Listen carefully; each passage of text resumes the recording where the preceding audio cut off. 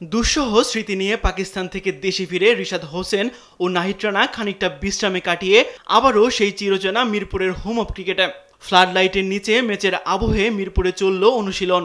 দূর থেকে সব পরখ করে দেখছিলেন হেড কোচ ফিল সিমন্স। আরব আমিরাত সিরিজ খেলতে বুধবারই দেশ ছাড়বে টিম টাইগার্স। এরপর পাকিস্তান সফর, যদিও সেটি নির্ভর করছে দুই দেশের বোর্ডের ওপর। তবে সেই সিরিজ খেলতে ক্রিকেটাররা প্রস্তুত রয়েছেন, জানালেন টি-20-র নতুন অধিনায়ক। আমার হাতে যে প্লেয়ারগুলো আছে আমরা ভালো কিছু উপহার দিতে পারবো। ক্যাপ্টেন্সির দায়িত্ব পেলেও ব্যাটিং পারফরমেন্সের কারণে সমালোচনা পিছুই ছাড়ছে না এলকেডির। সেই বিষয়েও জবাব দিলেন সংবাদ সম্মেলনে। হ্যাঁ, আমি একটা খারাপ সময় পার করতেছিলাম যেখানে আমার ব্যাটে রান হচ্ছিল না, বাট তারপরে কিন্তু আমি অনেক চেষ্টা করেছি। বিপিএলে অনেকটা চেষ্টা করেছি, ডিপিএলও চেষ্টা করেছি।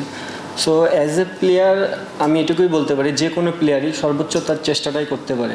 কিছু কিছু সময় থাকে এমন যে আপনি অনেক চেষ্টা করেও হয়তো বা সাকসেস রেজাল্ট পান না। টাইগারদের সিনিয়র সহকারী কোচ মোহাম্মদ সালাউদ্দিনের মতে বাংলাদেশের প্রেক্ষাপটে অধিনায়কত্ব করা কঠিন, কিন্তু সেটি মনে করেন না লিটন দাস।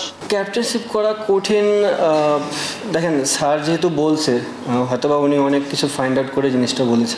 আমি অত লং টাইম কখনো করিনি, সো পার্টিকুলার সিরিজে আমি করেছি, আমার জন্য খুব একটা বদার ফিল হয়নি। এখন যে পার্টিকুলারলি লং টাইম ধরে করছে হয়তো বা তার জন্য এই জিনিসটা হতেও পারে।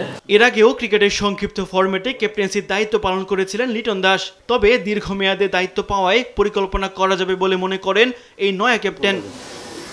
মরুর বুকে 17 ও 19 তারিখ অনুষ্ঠিত হবে 2 ম্যাচের টি-20 সিরিজ। তাজবি শরণ, স্পোর্টস ডেস্ক, ডিশ টিভি।